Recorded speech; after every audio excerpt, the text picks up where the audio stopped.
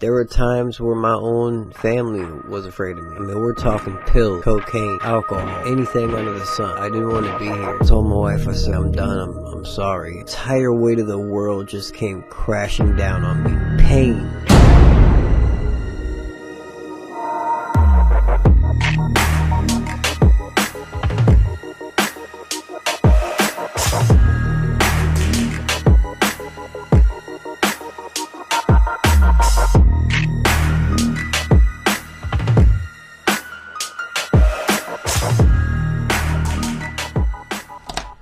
So I did this series.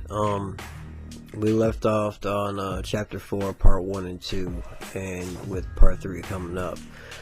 Part 3, I think, is only right for me to just go ahead and go off the cuff with it and break it down in the most sincere, genuine way I can. Kind of left off where, you know, I had some issues with my ex, and I met my wife. Before that, the chapters before that were my upcoming and my parents, my mother, my father, my stepfather, my little sister passing, my stepfather overdosing, my dad dying of heroin addiction, my mom, you know, blah blah blah, poor me, this and that, blah blah blah, right? Then chapter 4 was more about me and me dealing with my things, right? So let's just get into it with chapter 3 here. Face to face, eyes to eyes, this is what's up. Before I went to prison, I was a complete fuck up, a drug addict, right? I ended up catching some charges and going to prison. Before this, you know, I was the worst kind of drug addict. I did some heinous shit. I scared the people around me. I stole from people that cared about me. I hurt the people around me that cared about me. I burned bridges, and I didn't care about any of it. And that's the problem with addiction. You don't care. All you care about is is making yourself not sick and making yourself normal as possibly can be. And, you know, it's ironic because it's actually abnormal is what you're being, but you think you're making yourself normal. You feel normal, at least you feel better. I think a lot of people abuse drugs because it helps them escape reality, and reality is a motherfucker. I have no quarrel with anybody that wants to escape reality because it's fucked. It really is. For some people it's not, but for some people, they were just dealt a bad hand, and some people just want to get, you know, some people put a gun to their head, some people get abused, turn to drug abuse, you know, alcoholism. There were times where my own family was afraid of me, not this family, my own family, because of how fucked up I was. I mean, we're talking pills, cocaine, alcohol, anything under the sun. I would do it. I didn't want to be here, you know. So, all this bullshit going on, I finally made it to prison, where I was destined to go in our society, which I think is not the place for a drug addict to go. I think drug addicts need punishment for bad things they've done, yes, but to be just a drug addict and to be doing some fucked up shit because you're a drug addict, I think we need some more recourse. I think we need some more programs that can help actual addicts and show them what's good in life and how they can live without being fucked up. But I digress. I made it to prison, got out, didn't get back with my ex, thankfully, because I met my wife. I went through all that, and me and my wife, we went on our honeymoon after our wedding. Things were great. I had the best time of my life on our honeymoon. We went to Tennessee, the Smoky Mountains, and it was gorgeous. It was beautiful, and I felt so good. I felt so free there, you know. It was like a breath of fresh air. We got back from our honeymoon, and it was back to reality, and something clicked in me. And coming back from prison and starting fresh and starting over, I don't know, I felt like there was nothing that I was going to be able to do, which I know is the wrong attitude, but I feel like there was nothing I was going to be able to do to really support my family and really do right by my family and the people I need to protect and love and care and support. And I think I let it just drag me down. And it was a slow descent. I slowly descended into a downward spiral. So I got back to drinking. I got back to pills. There's a time that I joined an MC. Salute to my brothers from the MC. We were, dabbling this and that, and I got hooked on other things, and it was really rough. I once again was back to my old ways. Got arrested a couple times, ended up getting Baker acted, and when I was Baker acted, it was like the entire weight of the world just came crashing down on me. It was like pain that I've almost never felt, because I felt that pain in prison, but this kind of pain was like, what the fuck? Things are good. You're doing good now. You're happy. You're in a good relationship. Things are working out. And what the fuck are you doing? And it was a hard pill to swallow. So once I got out, had to go to court and all that shit. I got a DUI. I wrecked my car and I flipped it 4 times. This is about 8 months before my sister died in her car accident. So I got a DUI from that. It was on New Year's Eve when I was just hammered and driving. And I told my wife, I said, okay, I'm done. I'm sorry. I can't believe you haven't given up on me yet. I can't believe you haven't fucking left me yet. But that's unconditional love, and that's what I was talking about with Roxanne, my wife. She loves me unconditionally, and she has always been here for me. Sometimes angry, sometimes, many times disappointed, sometimes upset. But she's always been here. She's always supported me. And she's never chastised me. She knew that I would come out of it. And I did. I still struggle with depression and anxiety. It runs in my family. It's clinical. It's not one of those I had a bad days and I'm depressed. It's something in the brain. Seeing doctors or whatnot.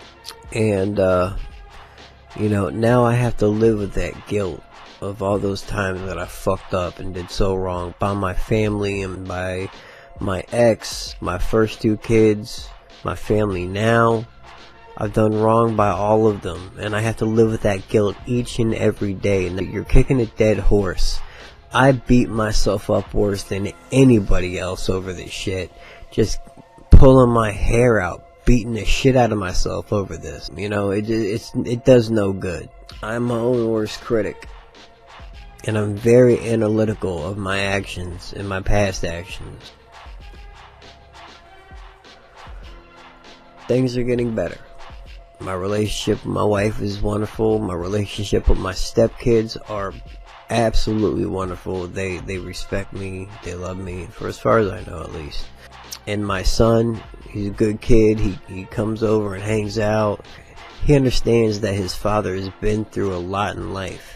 And he understands that if he's got a problem, he can come to me, because I done been through it and out of it and in through it and out of it again. He knows I'm articulate. He knows I'm smart enough to be able to sit down with him and say, listen, this is the route you gotta go, because trust me, I took the wrong routes. And I know all the wrong routes. I can tell you at least those. I can at least tell you the wrong way to go. You know what I mean? My daughter, she's a little bit of a different story. I don't know where she's at right now. Hasn't been coming over much. Hasn't been contacting much. She's going through a phase, I think. That young teenager, I know it all phase. I got it all figured out. But she'll come around, because reality is reality. Facts are facts. And she's going to see eventually one day, hopefully, that her dad is here for her, and her dad knows what he's talking about, and she needs to come to me, and she needs to build a better relationship with me, so I can actually help her, and guide her, and do the things like I'm supposed to do as a father.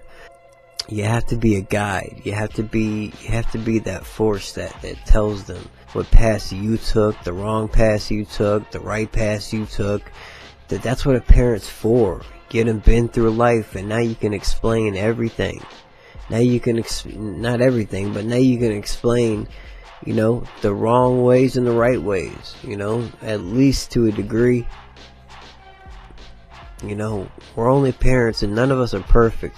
We have to do our best. We have to do our best. We have to be an opportunist parent.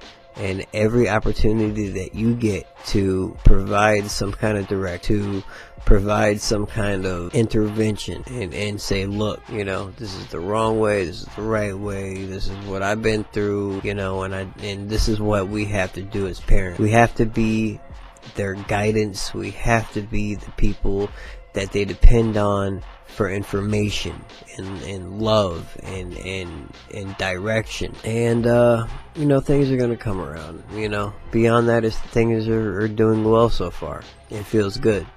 It feels good. So I would have to end this series with, no matter what you go through in life, it's gonna beat you down one way or another. Most likely, for people like us, at least, for the people here down here at the bottom, the working class folk, it's gonna beat you down. It's gonna fuck you up. What we have to learn, I think, is that there's good in the world and then there's bad in the world. You have to understand these two things, and you have to balance them, and you have to get the fact that you're not gonna get rid of the bad. It's gonna come. Prepare yourself for it. Get ready for it. Get ready for the fucking heinous shit that's gonna come your way. Fucking own it. We don't all have to be victims. We are survivors. Even if you're not 100% yet, you're still a survivor. You're pushing through it. Do not be a victim. Don't let yourself be a victim to anything. Be a survivor of it. Be stronger than it. And don't let it define you. We all got good in us. We all got bad in us. Life is about balance. Everything is about balance. So learn that balance. Find your strengths. Find your weaknesses. Balance them. You want a relationship? You don't want to get somebody that's like you. Find an opposite. Somebody that's going to consolidate your fuck ups, and you can consolidate their fuck ups, and you can balance. It's all about balance. Please remember that. Balance, balance, balance. We have to balance ourselves. Don't be afraid of this life. Own this shit. You're gonna get beaten down. You're gonna get hurt. When I was a young boy, people hurt me. It did some things to me that I'll never forget.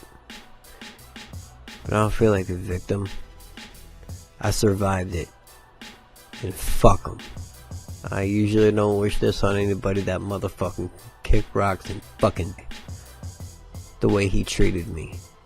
I put that on my Patreon, that whole story. I didn't want it out there yet. We have to be there for each other. And like I said, when I saw Mike, my stepdad, laying on that hospital bed from his overdose, it hit me. How much we affect each other by the way we treat one another. This is why I named this the butterfly effect. It's like dominoes. Stay strong.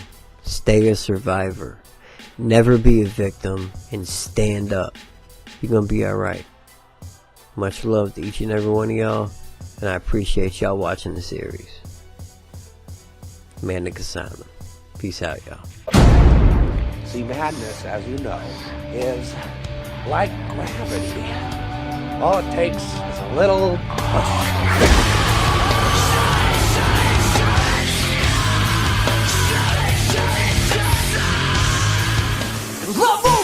Right through me, the clever, subdue me, the tabloid, untie me, I'm empty, please fill me, Mr. Anchor, usher me, that Baghdad is burning, your voice it is so soothing, that cunning mantra of killing, I need you, my witness, to twist this up so bloodless, to know me, yet purge me now of thoughts of blaming you, yes the car is a wheelchair, my weakness, your coffin or Jury silence, knock the legless. Want to travel now with coffins on the corner. The jury sleepless. We found your weakness. And it's right outside the door. Now testify. Now testify. It's right outside the door. Now testify. Let's testify. Bitches. It's right outside the door.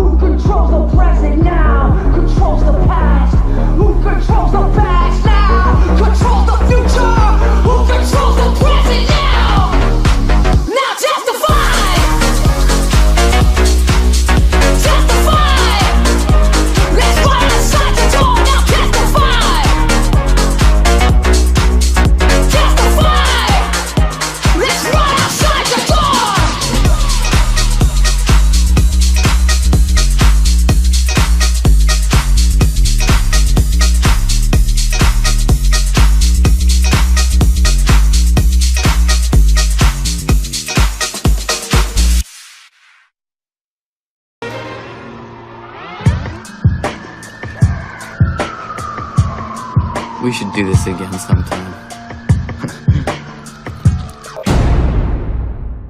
Pour sipping tea in your hood. What the fuck is up, you buttercup? Pump in that blunt, smoking suicide, bloody blood. Pussy boy, you talking shit for Twitter.